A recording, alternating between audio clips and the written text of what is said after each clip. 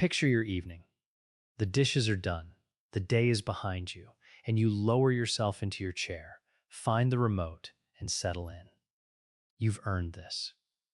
After a lifetime of working and raising people and being on your feet, a good long sit in front of the television is the most reasonable thing in the world. Nobody would ever call it dangerous. But here's what researchers found when they followed thousands of older adults for years. As the hours of daily sitting climbed, so did the 10-year risk of dementia. And almost no one connects the two because the chair feels like rest, not risk. This isn't some rare, exotic habit you'd have to go looking for. It's the most ordinary thing you do. And before you tell yourself you're fine because you take your walks, that's exactly the part almost no one explains. Now let me be very clear about what this video is not. I am not here to chase you out of your armchair, and I am certainly not here to make you feel guilty for resting. Rest is good. You need it. You've earned it. And sitting down is not a sin. So if you came expecting a lecture, you can relax. That's not what this is. Here's the gap I actually want to talk about, because it's one that tripped up almost everyone your age through no fault of your own. For decades, the health message was simple. Just exercise. Get your movement in. So millions of people did exactly that. They took their morning walk, felt they'd done their duty, and sat down for the rest of the day with a clear conscience. And why wouldn't they? That was the advice. What nobody added was the second half of the sentence. That the 8, 10, sometimes 12 hours of sitting that followed carried their own risk, entirely separate from whether you exercised. Those are two different things. Not moving enough is one problem. Sitting too much is another one sitting right beside it. And the difference between them never got explained because your doctor had 12 minutes, a blood pressure cuff, and a waiting room full of people. There simply wasn't time to walk you through a distinction that's subtle, even though it may matter more than almost anything else on your chart. So before we go further, do me one quick favor.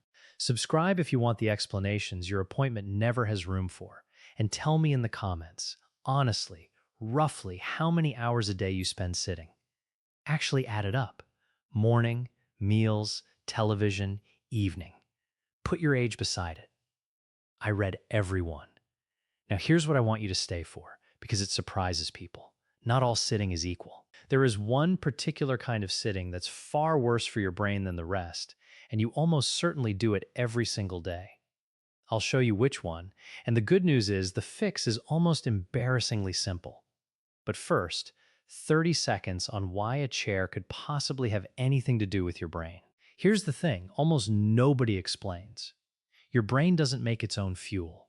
It runs entirely on what your blood delivers to it, minute by minute, all day long. Oxygen, sugar, nutrients, all of it arrives by way of your bloodstream, and your brain is greedy for it. So anything that affects how well your blood moves affects your brain directly. And what keeps your blood moving strong? Movement. Your muscles, when they contract, act like a second pump, helping push blood back up toward your heart and your head. Now think about what happens when you sit, unbroken, for hours.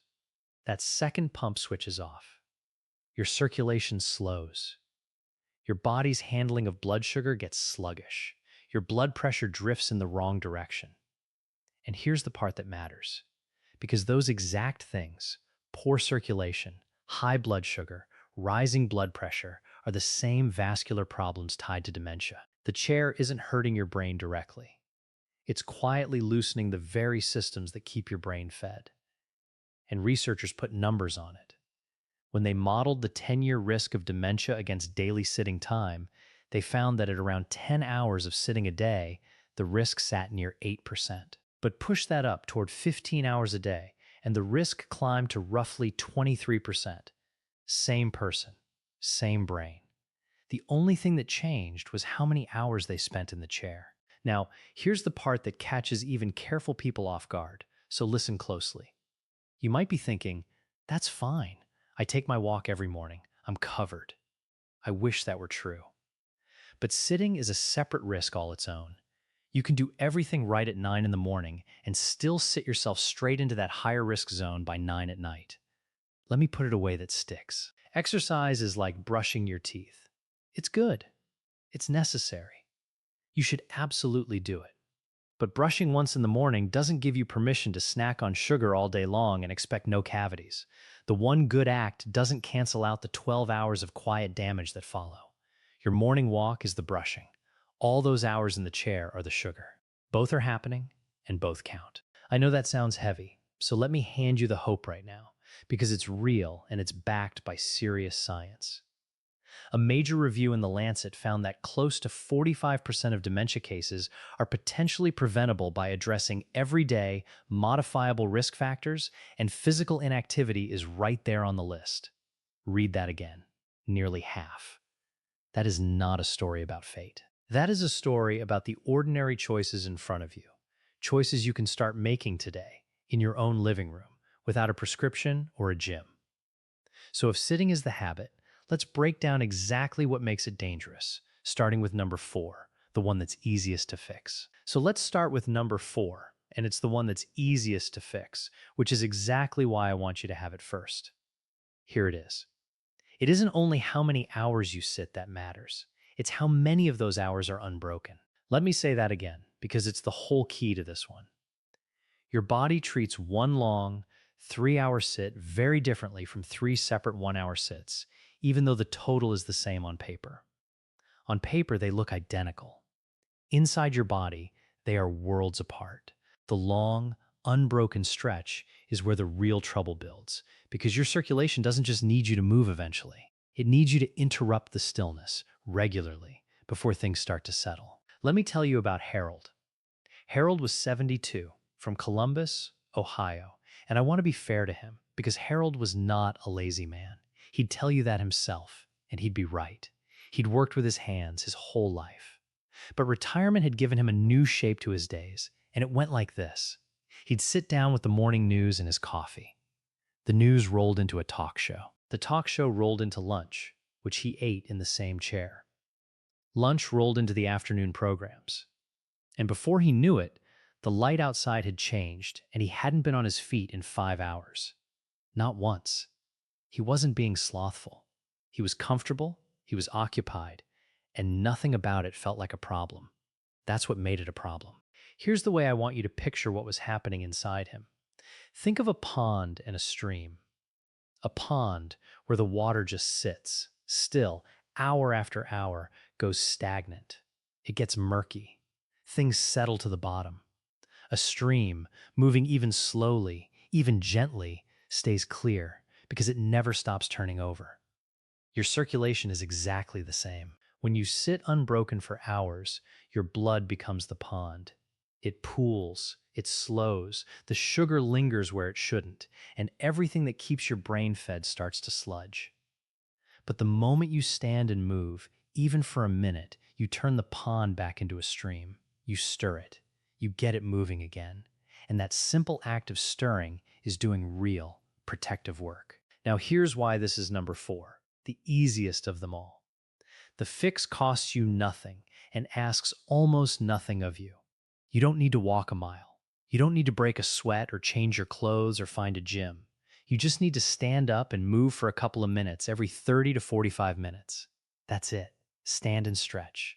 Walk to the kitchen and back. Step out to get the mail. Refill your water glass. Do a slow lap of the living room during a commercial.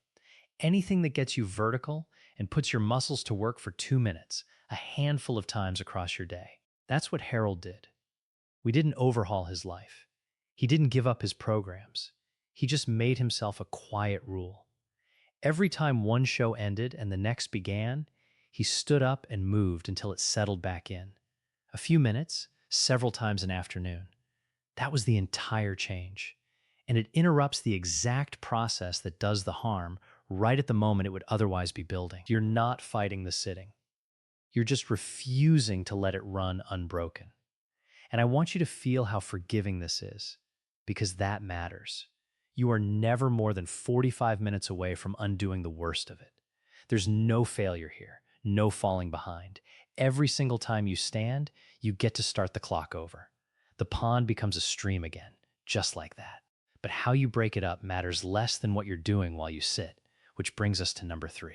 Now, number 3, and this is the reveal I promised you at the start. Remember when I said there's one particular kind of sitting that's far worse for your brain than the rest?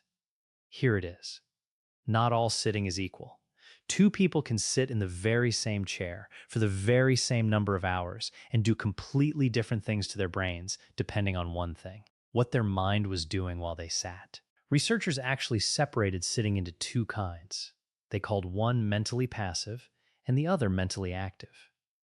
Mentally passive sitting is what most of us do most of the evening: watching television, scrolling on a phone, staring at something that asks nothing of you. Mentally active sitting is different. It's reading a book, working a crossword or a jigsaw, a hobby that takes some focus, a real back and forth conversation with another person. And when they followed people over many years, the pattern was striking. The mentally passive sitting was linked to a higher risk of dementia, but the mentally active sitting was associated with a lower one. In fact, each additional hour a day of that engaged, active sitting was tied to roughly 4% less risk.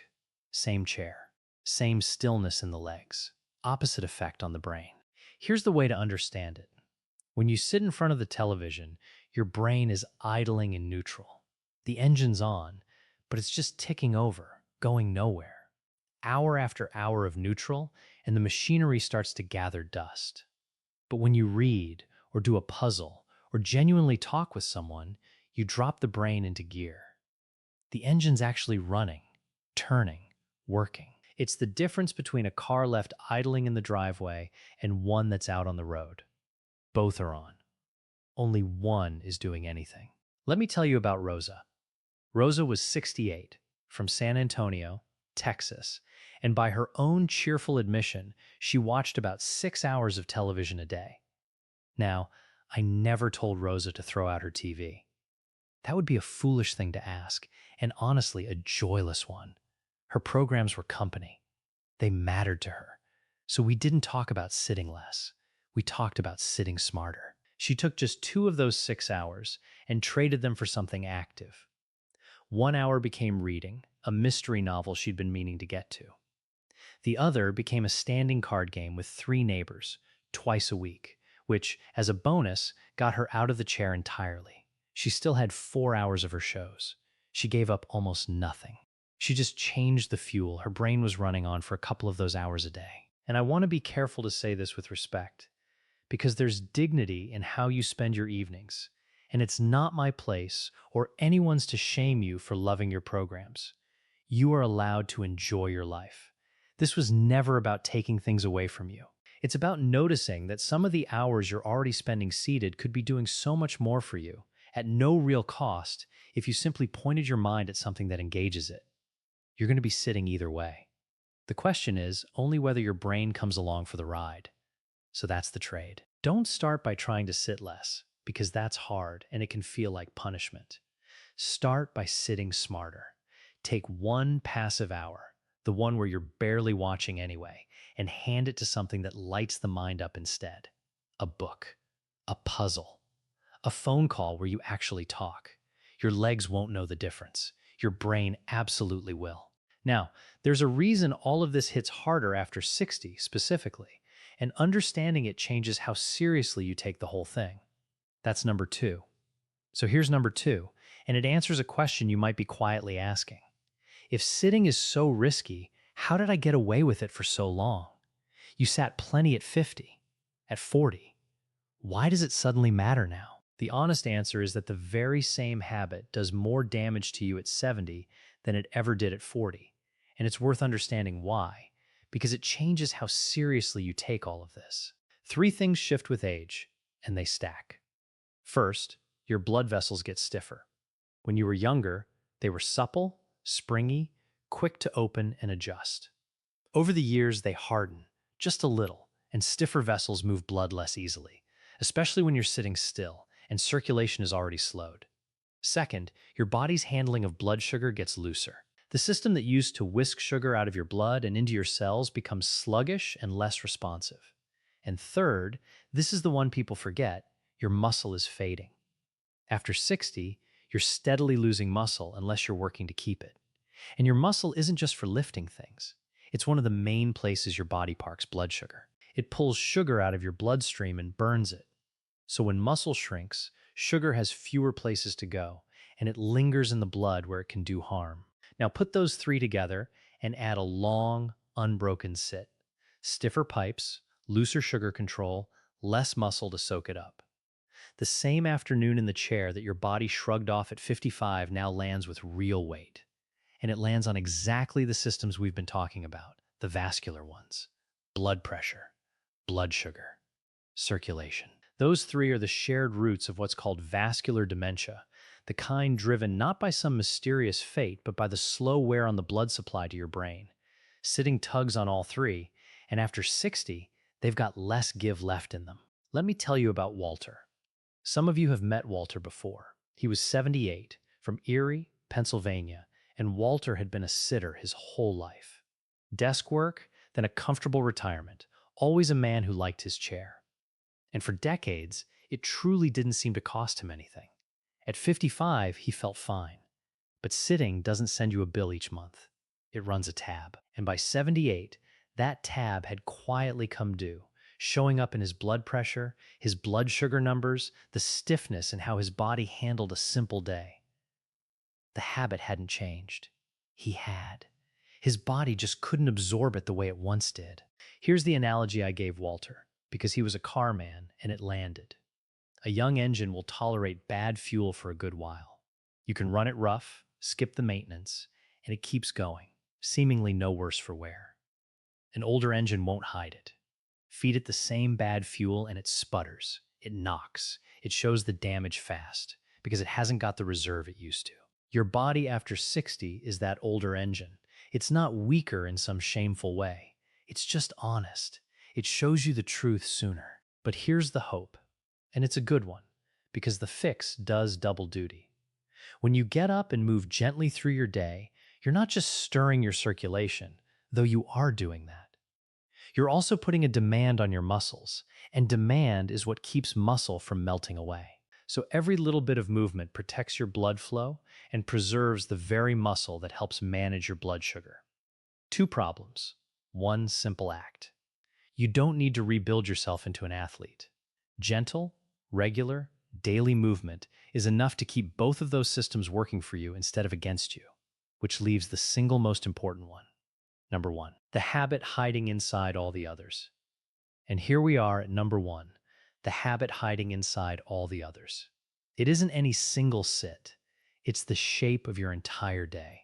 And this is the one that catches almost everyone, because no individual piece of it ever feels like a problem. Walk through an ordinary day with me. You wake up and sit down with your coffee. Reasonable. You stay seated for breakfast. Of course you do. You move to your chair for the morning news, and then it's lunch, so you sit for that. The afternoon has its programs, so you sit for those. Then it's time for dinner, so you sit again. And after dinner, the evening is for winding down, so you settle in one last time until bed. Not one of those moments feels sedentary. Every single one feels normal, even pleasant. That's the trap. Nobody ever sits down and thinks, I'm going to be sedentary for 14 hours today. They just live a completely ordinary day, and the sitting hides inside every reasonable piece of it. But add it up, honestly, the way I asked you to in the comments, and a lot of people are genuinely shocked. Coffee, meals, television, evening, it stacks up to 12, 13, even 15 hours without you ever noticing. And that, right there, is the pattern behind the number I gave you earlier, the climb from around 8% risk toward 23. It was never one villainous sit.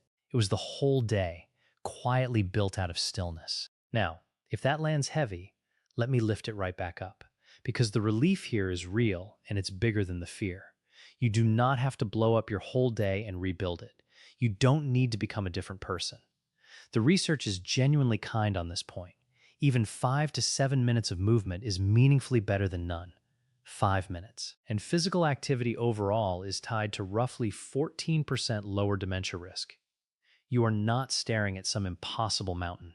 You're looking at a handful of minutes, sprinkled into a day you're already living. Let me tell you about Eleanor. Some of you know her too. She was 74, from Knoxville, Tennessee, And when I asked her to map her day, honestly, hour by hour, she came back a little stunned. 13 hours. She'd never have guessed it because she didn't feel like someone who sat around. She felt busy. But the sitting was tucked into the seams of everything she did. So here's what we did. And notice we did not send her to a gym because she'd have laughed me out of the room and she'd have been right. We just went to the seams, the little gaps between one activity and the next. She stood and moved while the coffee brewed instead of sitting to wait. She walked a slow lap after each meal instead of staying in the chair. She got up between programs, like Harold did. She didn't add a workout. She added movement to the joints of a day that was already happening. And here's the picture I gave her that made it click. You're not demolishing the house. Nobody's asking you to tear anything down. You're just opening the windows. The house stays exactly as it is. Your routines, your programs, your meals, all of it right where you like it. You're simply letting some air and light move through it in the small gaps that were always there. That's all this is. The same day you already love, with the windows opened. Because that's the quiet truth underneath this whole video. You were never doing anything wrong. You were living a normal, comfortable, reasonable life, exactly as anyone would. The sitting just slipped in unnoticed, one sensible moment at a time, and no one pointed it out. Now someone has. And the fix isn't a punishment or a project. It's a few minutes, tucked into the seams, several times a day. So let's turn your whole day into something that quietly protects your brain instead, starting tonight. So let's turn everything you've heard into something you can actually run, starting tonight, and I promise you it's gentle. 4 small steps. First, count your real sitting hours today. Just once, honestly. Coffee, meals, television, the evening, all of it. Add it up the way you did in the comments. You can't change a number you've never looked at. And for most people, simply seeing the true total is the thing that wakes them up. No judgment. Just look. Second, set yourself one soft rule. Every time a television show ends, or every 30 to 45 minutes, whichever comes first, stand up and move for 2 minutes. That's the whole rule. Put the kettle on, walk out for the mail. Do one slow lap of the house. It doesn't matter what it is, as long as you're on your feet and moving. Remember Harold. Every time one program handed off to the next, he stood. You can do exactly that. Third, trade one passive sitting hour for an active one. Just one to start. Take an hour you'd have spent half watching something and hand it to a book, a puzzle, or a real phone call with someone you like talking to. Same chair. Busier brain. That's Rose's trade, and she gave up almost nothing to make it. Fourth, anchor your movement to things you already do, so you never have to remember it. Stand up during the commercials. Take a slow walk after each meal. Move while the coffee brews. When you tie the new habit to an old one, it stops being something you have to force and starts being just how your day goes. And please hear this clearly. This is not about an exercise class. It's not about step counts or sweating or anything that feels like work. It is only about interrupting the stillness. That's the entire goal. Break up the long, unbroken hours, and you've done the important part. One honest word of care before we finish. If you have balance trouble, a heart condition, or you're on medications that can make you lightheaded, check with your doctor before adding activity, and always rise slowly from your chair so you don't get dizzy standing up. Gentle and safe, every time. Because here's what all of this is really about. I want to say this plainly, because I think some of you need to hear it. Resting is not a moral failure. You have not ruined anything. You didn't do this to yourself out of laziness or carelessness. Nobody ever told you that sitting was a separate thing from exercise, that you could do your walk and still need to watch your hours in the chair. It was never explained. So if you're sitting there doing quiet arithmetic on all those years, set it down. You followed the advice you were given. Now you simply know more than you did 10 minutes ago. And here's what that knowledge hands you. The chair was never your enemy. The unbroken hours were, and those you can break with something as small as standing up to fill the kettle. That's the whole secret. Remember, close to half of dementia risk is tied to things within your reach, and this is one of the most within reach of all. You don't need strength or money or a gym. You need to stand up a little more often. Independence is built in small movements, and tomorrow is full of them. And there's one more piece of this worth understanding before you go. Before you go, one small thing.